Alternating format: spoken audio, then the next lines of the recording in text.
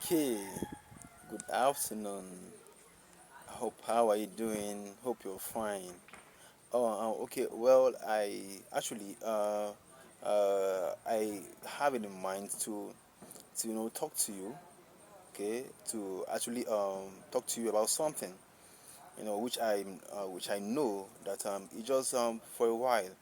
Okay, it may be that what you're passing through, what you're facing.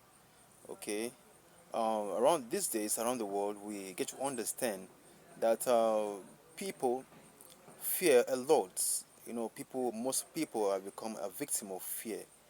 And when you check why, you can ask this question: why around the world this topic is so very hot? Is a hot topic that people normally talk about fear. Most people might have phobia for fear.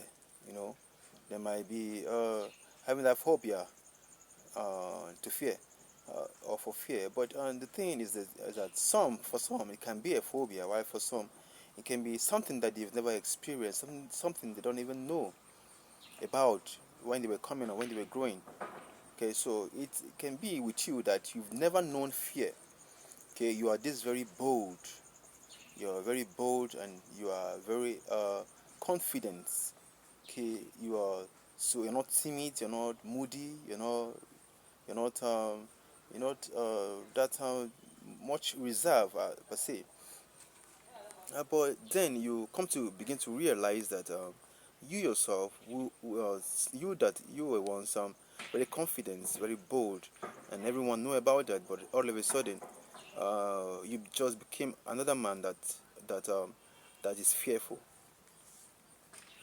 So now the point is, when you find yourself being fearful, something that you've never experienced, something that you don't even know about how it come about, that you just find yourself being fearful. You need to understand that it's something that you need to learn in that. Okay, you need to learn. Okay, you need to learn humbleness. Okay, so that when you are fully restored, when you're fully complete in knowing the difference between fear and cowardice, uh, then you would be able to help out, to help others when you see them in that condition, when you see them being fearful.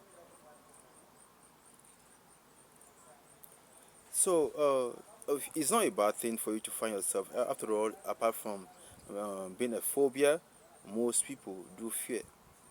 Most people do fear naturally. Okay, someone should fear naturally, but when it is growing in you and is overpowering you, it's becoming something else. You should know that you need to take an action about that.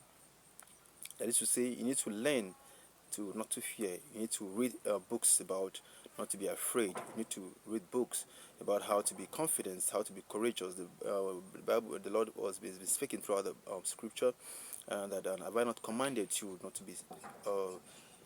be afraid? Have I not commanded you to be courageous? He knows that you're going to fear in some point in your life.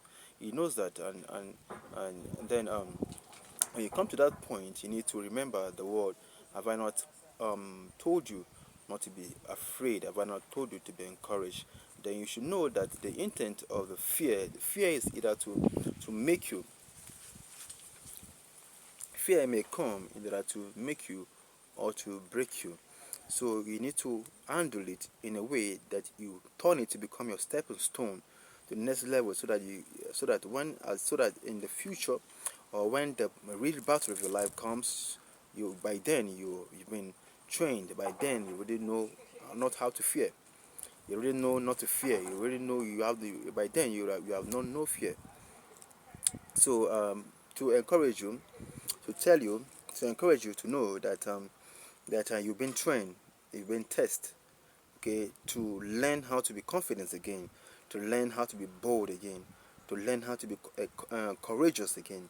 So when you see that all of these virtues, all of these qualities of you, either impairing, either falling away, and you seeing yourself, you're once confident, you're not confident anymore, seeing yourself once courageous, once outstanding, you're not outstanding anymore in being confident and being courageous. You should know that it's a time of learning.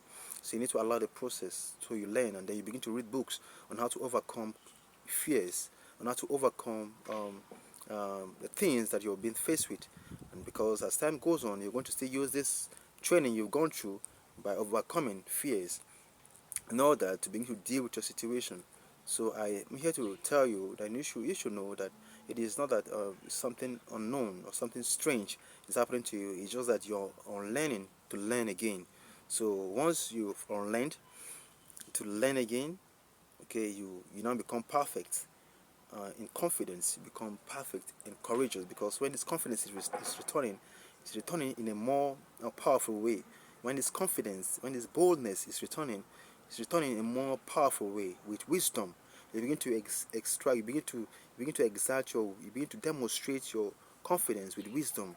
You begin to demonstrate your boldness with wisdom, because most people today, what essence is this? Is it that you are being bold, but you have no sense? You have no wisdom. So you don't think that your boldness was to use it to make things work. You don't use your boldness to tackle people, to oppress people. You don't use your boldness to manipulate people. You don't use your boldness to do evil to people. You don't use your boldness for your own selfishness, but you use your boldness with understanding. While using your boldness, you use it with understanding, with care, because boldness can destroy, and boldness can make. Confidence can destroy, and confidence can make. That is why a lot of people are falling into problem, because they are overconfident. They think they are confident of themselves, and then you are also to learn that you have been bold. You've been thinking that you've been confident or being bold is all by your power. I want to tell you that it's not by your power. So, in the midst of your being confident and trying to become more confident, you begin to fall. Okay, your confidence begin to deteriorate. Why? Because the Lord wants you to begin to refer Him, begin to include you in your confidence, begin to having the knowledge of God. You begin to have the knowledge of God in being confident, in being courageous, and begin to know that it's God that makes you to be confident.